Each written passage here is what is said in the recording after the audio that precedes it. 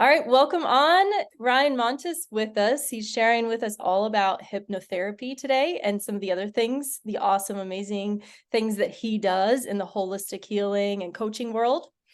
And I really have not much of a clue about hypnotherapy myself. So you guys will be able to learn and go through this little journey with me. And if you have Q&A, Julio, that's on with us, if you have any other things that come up or questions as we go through, just let it flow. So I joked on the Facebook community, though. I said we couldn't get Marissa Peer, our world-renowned hypnotherapist, on with us yet, but we do have the next best thing, which is Ryan. Here we are. Welcome, and thank you for taking the time. You're most welcome. Very excited to be here. Thank you for asking me to be on your show. Absolutely. I see Julia's popped on as well. Hi, Julia. So nice to have you here. And yeah, let's do it. Ask away. Anything you want to know. Let's do it. Okay, so can you share with us what hypnotherapy is? Yeah, I mean, hypnotherapy, the funny thing about hypnotherapy and hypnosis is that there's not really a standard or agreed upon definition, like many modalities and many things out there. It sort of might depend who you ask. But in my opinion, we've got the two parts of the word. We've got hypno and we've got therapy.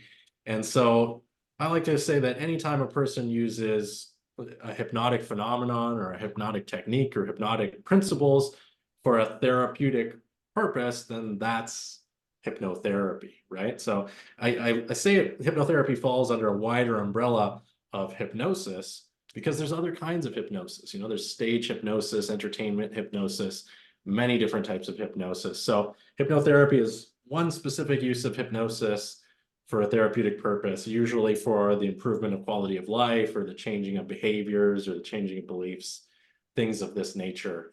Yeah. See, that's what I think of when I think of hypnotherapy and of the people on stage, and I'm like, oh God, I would never do that. Yeah. It has such a therapeutic quality to it. Can you tell us about how it works? Yeah. So, in general, a hypnotherapy session is going to be night and day different from what we see on stage in a stage hypnosis performance, and a lot to the point that a lot of hypnotherapists will take time during their sessions to explain to their clients how this is not what you've seen on television. This is not what you've seen in stage hypnosis shows, et cetera, et cetera. Yeah. So, when we're talking about, now I've gone on a little bit of a tangent. What was the question again? Could you repeat the question? Yeah, how does it work? Oh, how does it work? Yeah. So it's a little bit different depending on, who a person is working with in terms of having hypnotherapy. Everybody runs their sessions differently. Everybody runs their processes differently. There's even people who, rather than have live sessions with clients, just make hypnosis recording experiences and share those online. So there's many different ways to experience it. But essentially, a person who's going to have a hypnotherapy session will be in a relaxed state. They'll either attend in person at their therapist's office, or it's very common these days to have a hypnotherapy session online.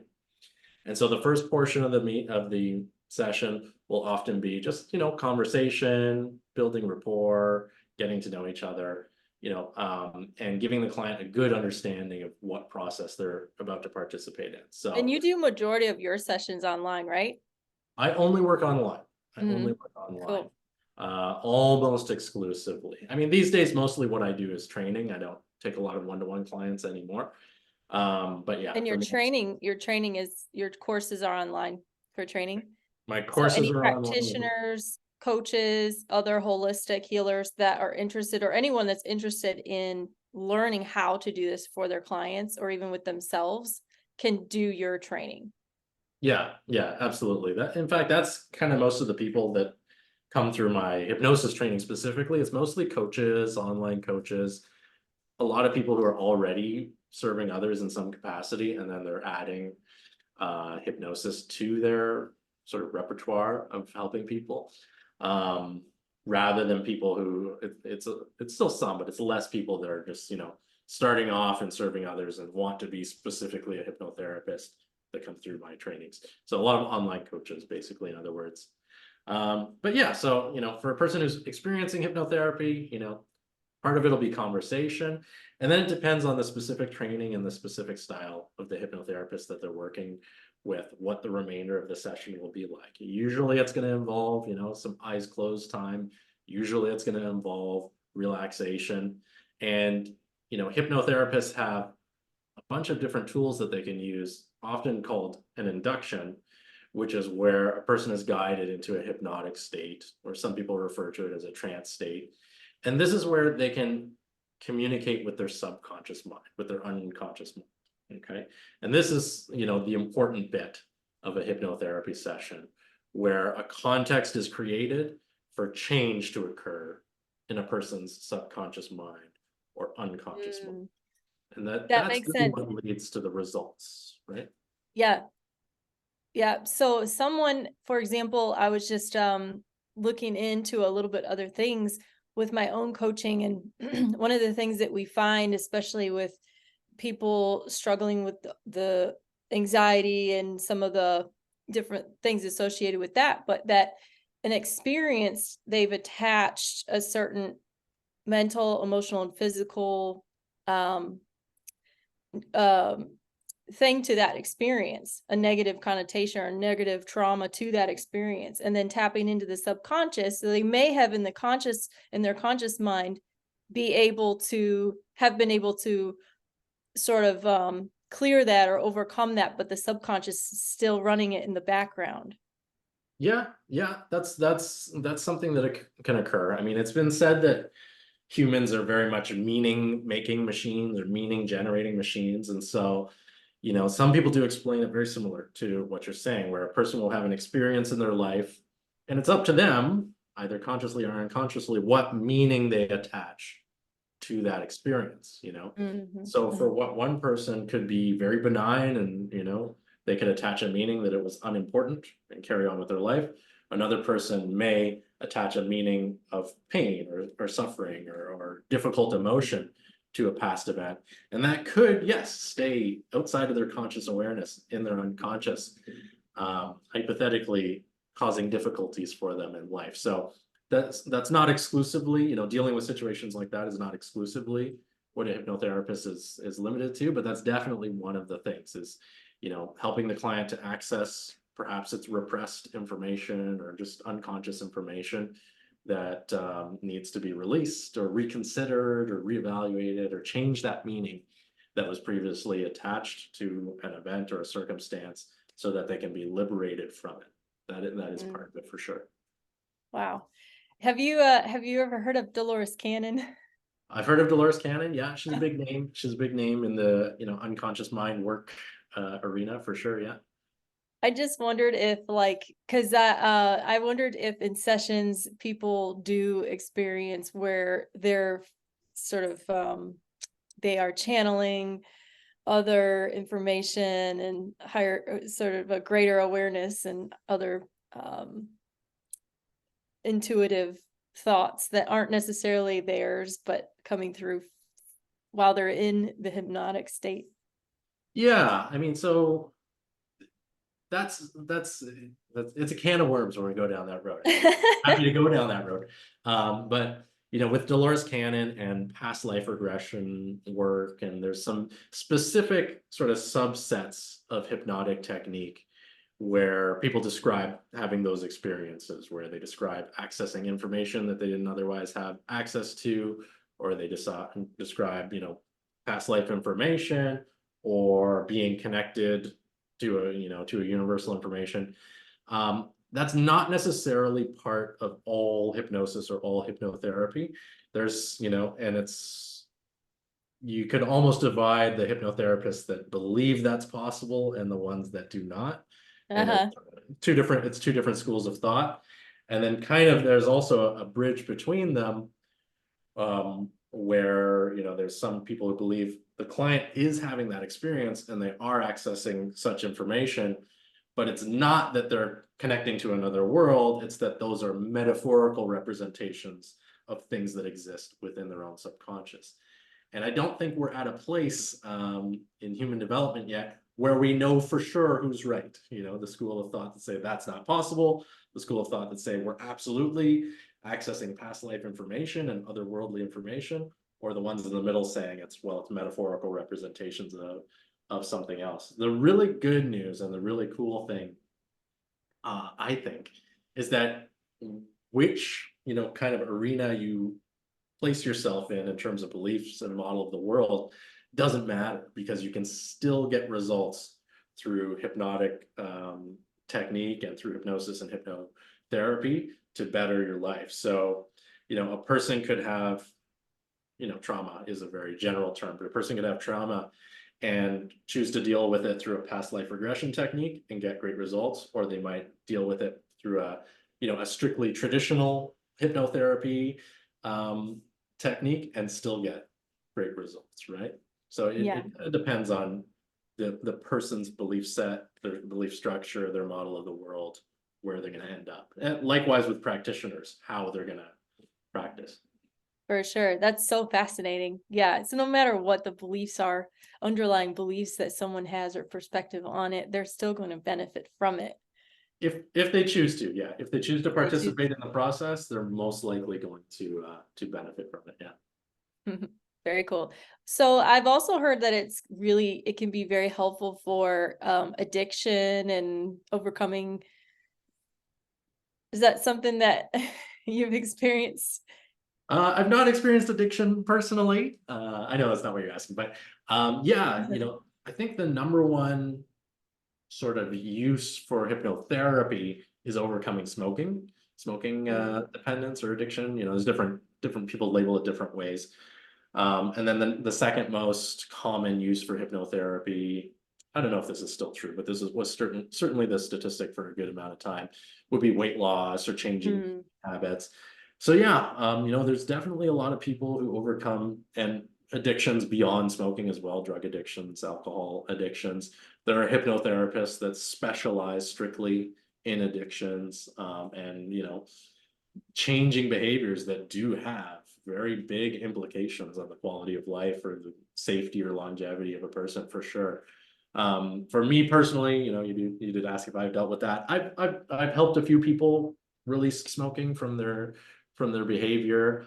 I did accidentally encourage three people to stop drinking for a good period of time. As you know, I didn't mean to as part of a training. I was telling a story, and you know, half of the class came back to me months later and said, we haven't had a drink since you told that story, which is something that can happen when people are in a suggestible state, like in a hypnotherapy training. So, you know, I've got a little bit of experience with that, but you know, I more so work in the coaching side of things, the coaching world. So my hypnotherapy clients are often entrepreneurs, other hypnotherapists, people looking to improve performance and overcome things like, you know, limiting beliefs related to business development and things like that. So that's where I spend mhm.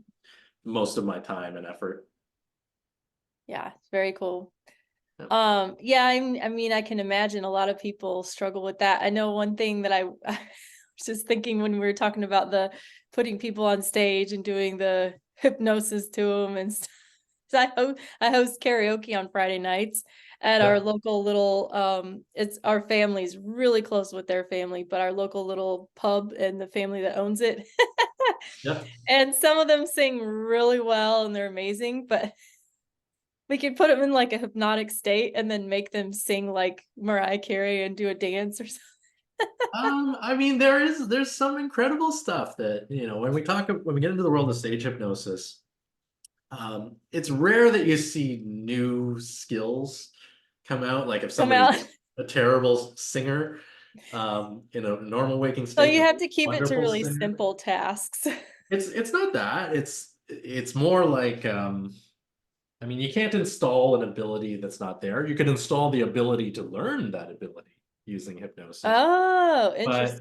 But more so like that example, I love that example because like a person could gain the confidence to sing in front of a crowd that they didn't Mm. have before, you know, with hypnosis. That would be a pretty reasonable short-term goal that could be achieved, right? Mm. For sure. Yeah. Yeah, that'd be fun. Yeah, so you like if you have somebody who's like, man, I just really want to be able to like, I really want to get better at this skill or whatever it is. Like maybe it's selling, for example, or something that they need to utilize for their work or their job or business venture, and they just have this whatever it is, this block to it. And then they can go into a hypnotherapy session or sessions Yeah. and go into that trance state where they are suggestible and then tap into the subconscious. And now they have a little bit more reprogramming, so to speak. Yeah, I mean, when we're talking about traditional hypnotherapy, you basically described it bang on. A person is guided into a trance state or a suggestible state. They then have the ability to change, unconscious or subconscious programming, such that they can produce new behaviors that they weren't able to produce before, or they can stop old behaviors that they weren't able to stop before. And the reason for this is there's great power in bringing into alignment our conscious desires with our unconscious programming. When these two things are out of alignment, we tend to not get the results that we want. So, like, Mhm. for example, if somebody really consciously wants to have a great, thriving entrepreneurial business where they're their own boss, but deep in their unconscious mind, they have the belief that they could never be successful without the security of, working for a big company. Well, those two things are very much in conflict. So, if a person were to access their subconscious and remove that old belief that they need the job security of working for some big corporation and they can trust themselves to earn their own money and be a successful entrepreneur, now the subconscious programming has been brought into alignment with the conscious desires, and they'll be able to move forward much more easily, right? That's what I was gonna say. Doesn't necessarily mean that they're gonna know how to become a millionaire, because there's also learning and trial and error and taking action, but it removes that inhibition that was previously holding them back.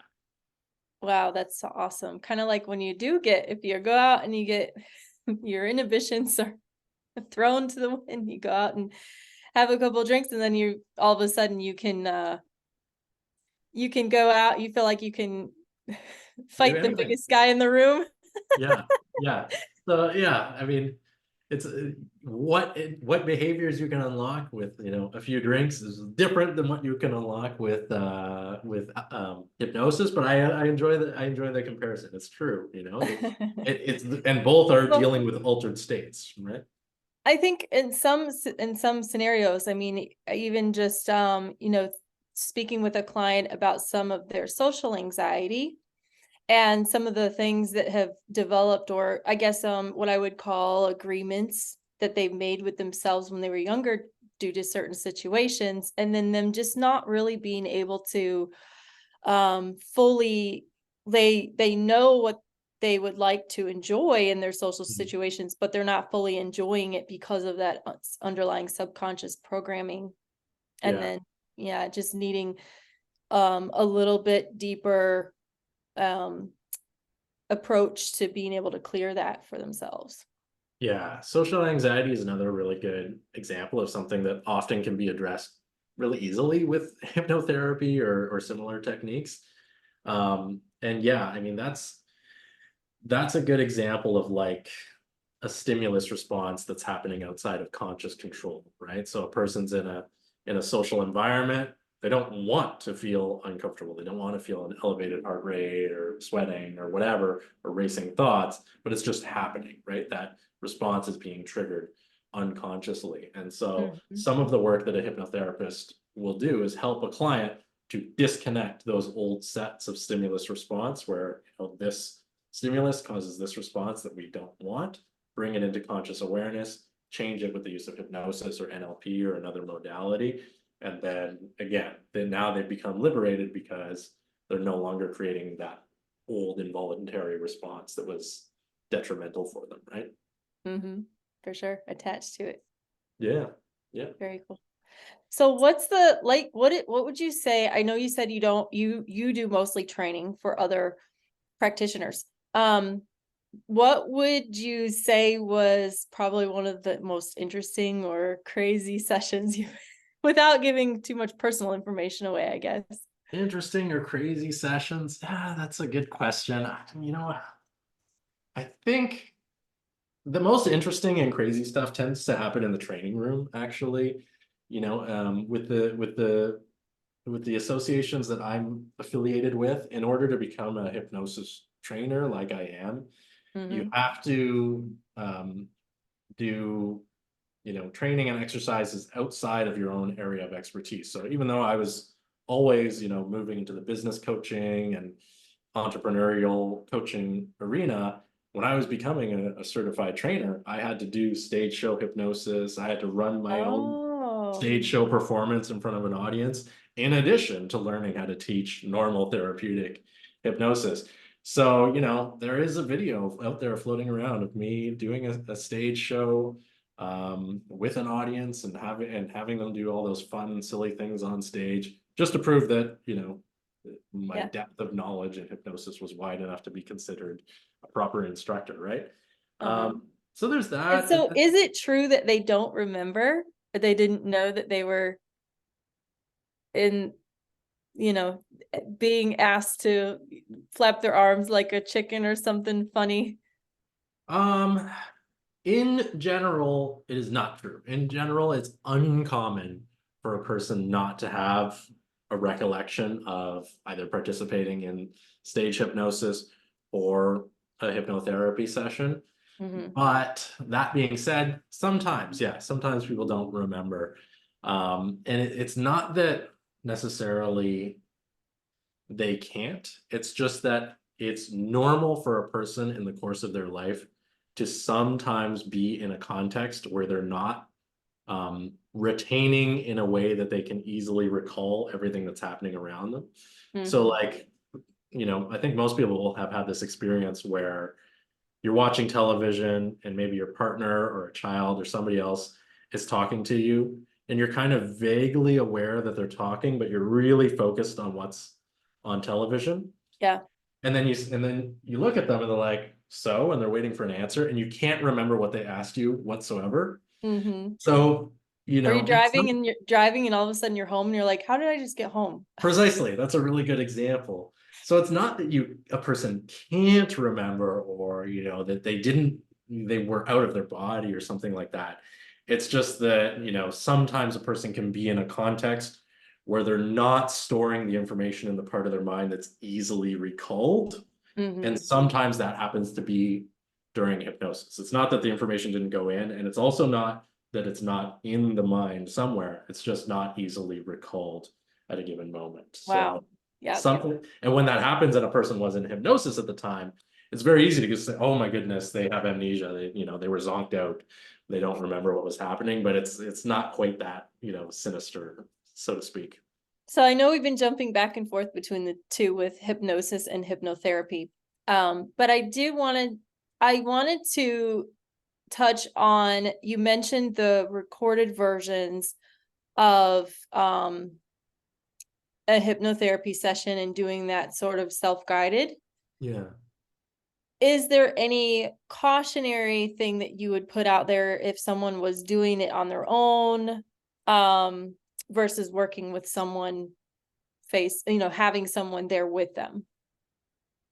Um, I mean, yes and no. The thing about hypnosis is it's basically the safest healing modality or modality of change that exists, because it's not something that was created or invented by people.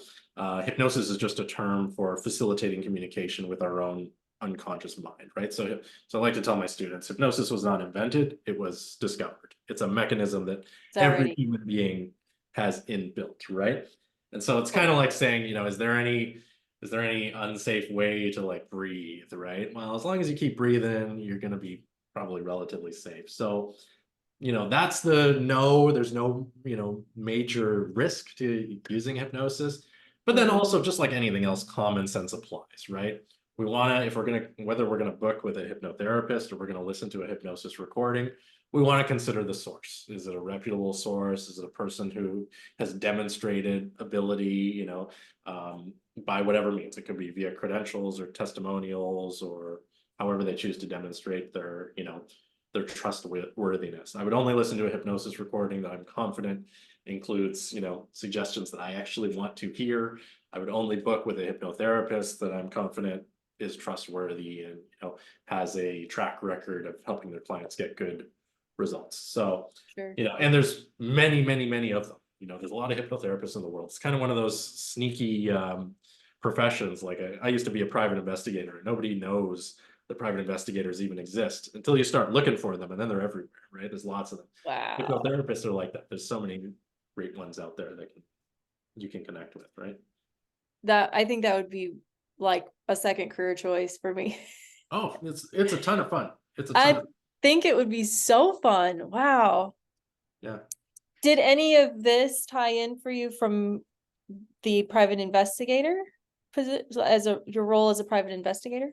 Yeah, for sure. I mean, I was a private investigator. That was my first career, and then I was with the military in Canada for a few years as well. And definitely, I brought the skills, the communication ability, the confidence, and the determination from those careers with me into what I'm doing now. Mhm. A big thing with being a hypnotherapist, whether it's a trainer of hypnotherapy or an actual hypnotherapist working with clients, is a lot of the people that you're helping, you're seeing them in a vulnerable state. They're telling you about their challenges in life. Yeah, They're trusting you for change. So there could be times where there's tears. There could be times where there's very, emotional discomfort, and being able to keep your head straight and remain in control of yourself. And, the term that gets used often is hold space for a person who's in that position for is sure. very, very, very important, and Mhm. so any previous careers that, grow a person's ability to stay calm under pressure, ability to continue moving forward when unexpected challenges arise, those are skills that, I mean, honestly, those are great life skills for anybody, anytime.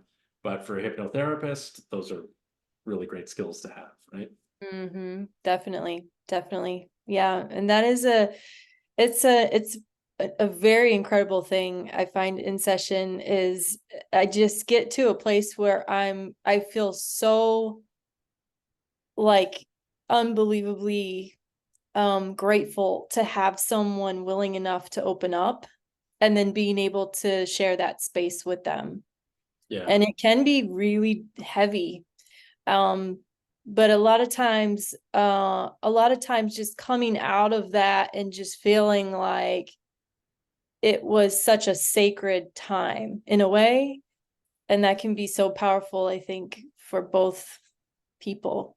Yeah, what you're touching on there is kind of one of the secrets of being not just a great hypnotherapist, but a great coach and a great mentor, is creating a context, creating a space, creating a session, whatever, where a person can feel totally safe, and able to go where they need to go, to share what they need to share, to shift what they need to shift. I mean, that's, if you can do that with a client, that's half the battle, and everything else, Mhm. becomes I slightly honestly, less. as a coach and all the things that you've learned and you've trained with and experienced and working with your clients and now training other practitioners and coaches, I find that seems to be a natural way and state of being able to interact with each other for the most part, and that we've sort of put up such a front and disconnected ourselves from each other that now it's something that isn't it's only done sort of in a what we would call like a therapy session, and it's with someone that we we trust and that we feel like can really help us and we can open up with and start to move forward. But to me it seems like that would be a natural state that we don't necessarily get a lot of in our society. Yeah, yeah, I agree with you. I think, within any person, there's a lot of different roles that we play. We have one persona when we're at work, we have one persona when we're with family. And most of these personas, and this is normal, it's not like I'm describing multiple personality disorder or something like that. This is just normal. Yeah. People have Yeah. work you, and It's just that most of those roles that we step in on a day-to-day basis are not designed for personal reflection, and they're not designed for vulnerable, inward reprogramming of ourselves. So you really are right. For a lot of people, the only time where they're able to step into that persona of change and self-reflection, and to kind of put down the armor of everyday life is when they go into a setting where it's safe to do so with a coach or a practitioner. Maybe it's a hypnotherapist, maybe it's a regular talk therapist, right? Different Mm-hmm. strokes for different folks, right? Mm-hmm. Definitely. Yeah.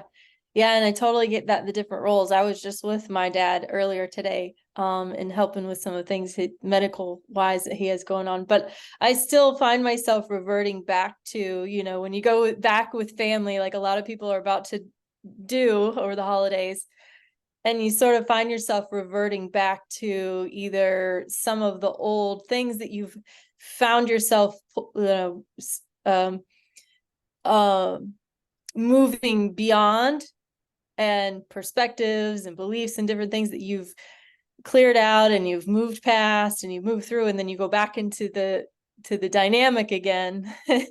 And it can trigger some things. Yeah. Yeah, that can definitely happen. We can definitely, the term is regress, but we can regress to a different version of ourselves when we go back to like a childhood home, or even we're just surrounded by the people we grew up around. It can be very, difficult to permanently escape, some of the behaviors or beliefs or feelings that we had. So I think a lot of people, experience that. It's not always a bad thing. I mean, Yeah, sometimes not at all. Yeah. Yeah. we are who we are when we're with certain people, right? For sure. Yeah. Yeah, I do find myself going back into like oh, I'm daddy's little girl kind of thing again, and have that feeling, that vibe, and it's awesome. I love it. Yeah. But at the same time, there's other stuff and other things that can come up here and there. And then I feel like some people who may have known me from when I was younger, or, back in even, college and stuff, and then look now, and you kind of think like, oh man, what, like I heard a great little um post. It was about not letting yourself tell other people's stories Okay. about you. So Oh, I see. Yeah. Yes. yeah, so let them have their own story, and not make up all these stories in your head about what you think they think of you. Yeah. Yeah. That's an interesting, that's a good reminder, right? That we don't need to adhere to the beliefs that other people have Or that about we us. even think, but may not even. We think they may have about us. Yeah. Yep. Yeah. Yep. Yep. And when we I, get so firm, that was one of my goals a couple years ago, was to just get so firm and concrete in understanding and knowing who I was, so that whatever thoughts might come into my head, I could always revert back to, what you stand for and your values and your truth, and yeah. you don't have to let yourself be infiltrated, Yeah. Very unless true. it's worth knowing or listening to. Yeah, yeah, it's true. You get to design your identity however you want, whenever you want. I think a lot of people just don't, though. They just kind of let it be whatever it is. So cool. Either way, it's all good. Yeah, We're here. very true, very We're true. here doing the human thing. Yeah, yay human, yay human. It's all good. It's true. So what is a couple of success stories, either with your clients or with students, who have been able to overcome some things? And Um, yeah, I think probably my students who've gone on to become hypnotherapists or coaches who use hypnosis, their stories of serving their clients are definitely my favorite. That's the nice thing about being an instructor. You get this kind of exponential reach, train people, outreach. yeah, and change lives. So I have one student who she works exclusively, I think, with millionaires, and she helps them like add zeros to their annual income and stuff. She's got some really cool success stories. It's always a point of contention when you talk about high earning people, but I think it's cool. I think what she's doing is really cool. It is And really cool. yeah. And then I have let's see, there's, like I said, got a couple of students that have gone on to just like focus on smoking exclusively. That's such an interesting niche to work in, where people just like in 1 or 2 sessions can go from pack a day, 2 packs a day to being smoke free, no cravings, nothing.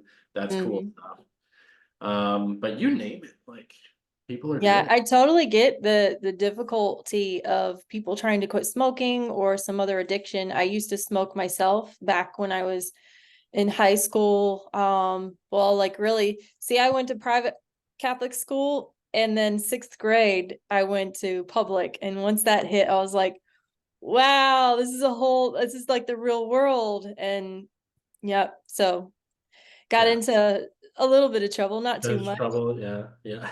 But I definitely experienced smoking, and it was very difficult to quit. It was really and that translated into a sugar addiction too. Yeah. That And can it happen. wasn't until I started a few years ago doing life transformational coaching with a coach and a group, and then started my own journey into coaching, Yeah. to help other people. But it all together, once I was starting to make the shifts and the changes and transitions, it was very difficult. Yeah. Yeah. Yeah. Mhm. There's some really fascinating research and writing and publications about the link between a person's beliefs and whether or not they find it hard to leave smoking behind. And you know, there's so much evidence now that the thing that keeps a person smoking is nothing more than their beliefs. The nicotine is only 1% of the equation, and their uh subconscious belief that they need the smoking is the thing that gives them the physical manifestations of the difficulty to quit. mhm. Which I Yeah, think, and then recognizing, I remember, because it's been, gosh, it was like I think 22 or something when I finally like had my last cigarette. So it's been a long time. I'm 40 now. congratulations. So, but I wrote myself a letter. And I think this was the first time I actually started to have some like introspective, but I wrote some kind of letter like, you don't deserve to do this to yourself. You're so much better than this. Like you love your lungs and your body. And Yeah, I decided I was going to carry that note with me. And anytime I felt like I was going to smoke, and then it became, oh, let me recognize the triggers. Like, when are the moments that I feel like I need one, and why? yeah, Like, yeah, I'm about to make this phone call. Oh, let me get a cigarette. It'll make the phone call easier or more fun. Or yeah, yeah, yeah. we're so weird. Yeah, I know. Humans are funny. We're funny animals. But I mean, the good news is that like when you start to bring that stuff into awareness, then you can change it. Like just Yeah. like you had your letter, you started recognizing the triggers. Like, I mean, that's almost hypnotherapy, what you were doing with yourself, right? It's just taking actions to change the beliefs that are driving the behaviors, right? Yeah. Yep. Yeah. Taking actions. Yep. Yeah. Sure. So cool. So what other things did you, so tell us, we didn't touch on this. I didn't open us up with you, but touch on like, tell us some more about your journey, why you got into it and started, either you used it for yourself, or Yeah. you decided to get trained and then train others. Yeah, so I studied hypnosis and the subconscious mind and another thing called NLP, neuro linguistic programming, quite extensively just as a hobby and a personal interest and a personal passion for many years. I started, getting really interested in personal development in my late teens and really in my early 20s, and reading books and, listening to lectures and getting recordings of different programs and stuff, and really starting to see the common thread of like anybody who's changed their lives dramatically addressed their subconscious beliefs. Anybody who's gotten big in the personal development world and been successful has only done so with the collaboration of using techniques to change their subconscious beliefs. And so first I learned about it, and then I did it for myself. I dramatically changed my own life. Again, stopped behaviors that I had a hard time stopping in the past, started producing new behaviors that I previously wasn't able to produce. And so I changed my life first. And then I had two, fairly interesting careers as a private investigator, and I was with the Canadian Army as a soldier for a few years. And still during that time, listening to audiobooks, listening to the programs, using the techniques for myself. And it was then when I left the military and I knew I wanted to be an entrepreneur, I knew I wanted to be in business for myself. Mm-hmm. And I was able to be like, I was able to say to myself, I'm actually going to do it because of all the shifts and beliefs I had from the work I had done.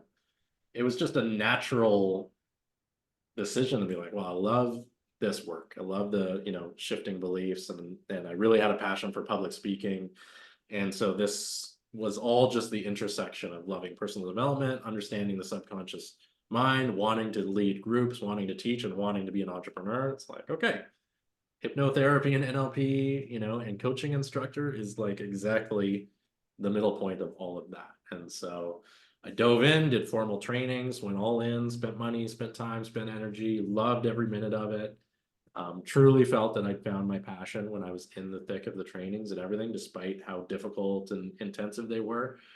And then I hit the road and started taking clients and running courses, and it's been great ever since. That is really cool. How long from someone who is wanting to take a course with you, how long is the course?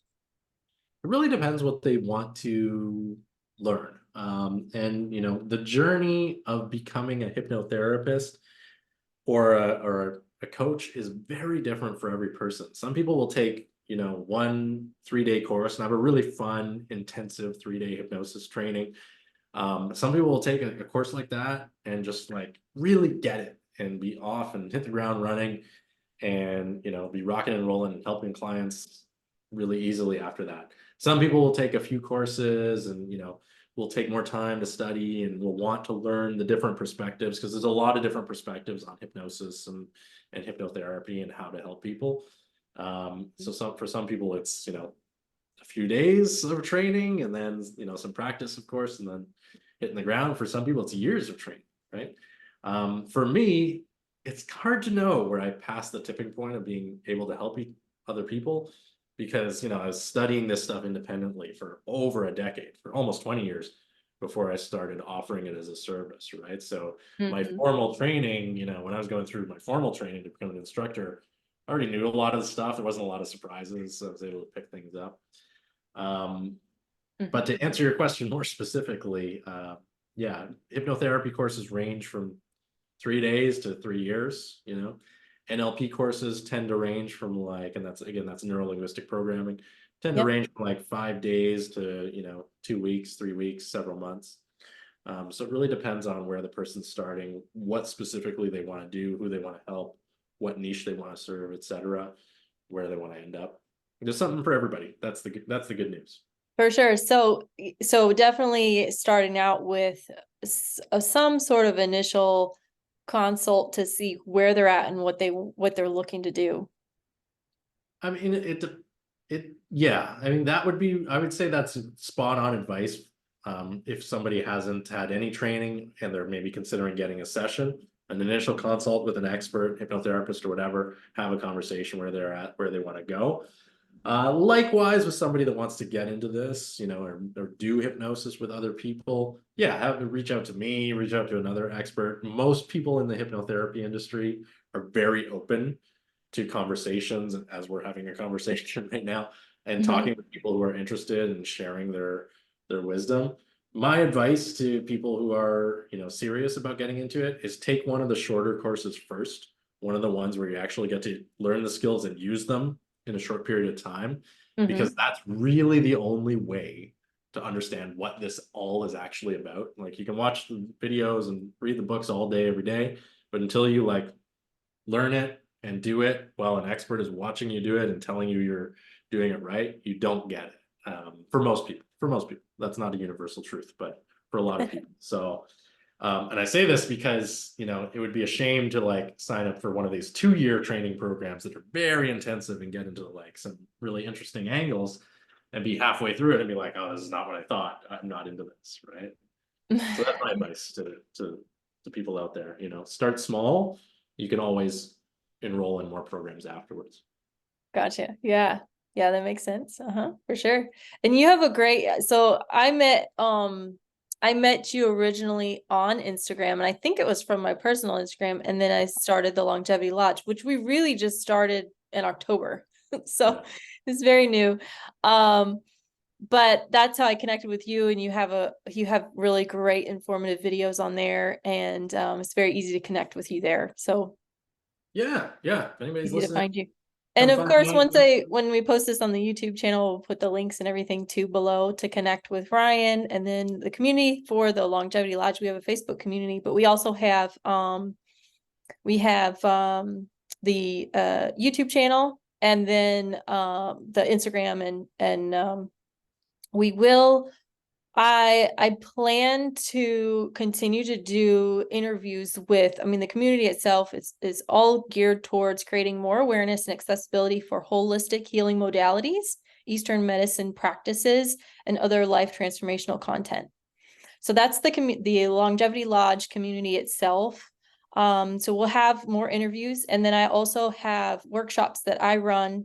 Our next one, we just finished the Grateful Heart workshop, but it's all about alleviating your stress so that you can elevate your life. The next one is December 20th coming up, and that one's going to be manifesting miracles. Sounds a little cliche for me, but that's the name we've got. That's what we're running with. Yeah, that's a But good that name. one's I like it. December 20th. And we're gonna have some very powerful things in there to go from those limiting beliefs and not knowing how you want to start off your 2024 to understanding exactly where you want to go in 2024, where you need to go for yourself, and then how to accomplish getting the things that you want out of your year. So we'll start that process with busting through limiting beliefs so that you can have the successful year that you want to have and not have the internal conflict between the subconscious and conscious mind going on.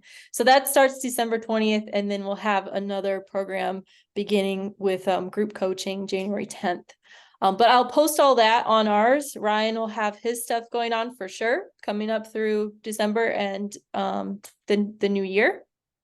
I do want to open up a couple minutes for our amazing guests that joined us. So if you guys have questions, definitely hop on and ask some questions.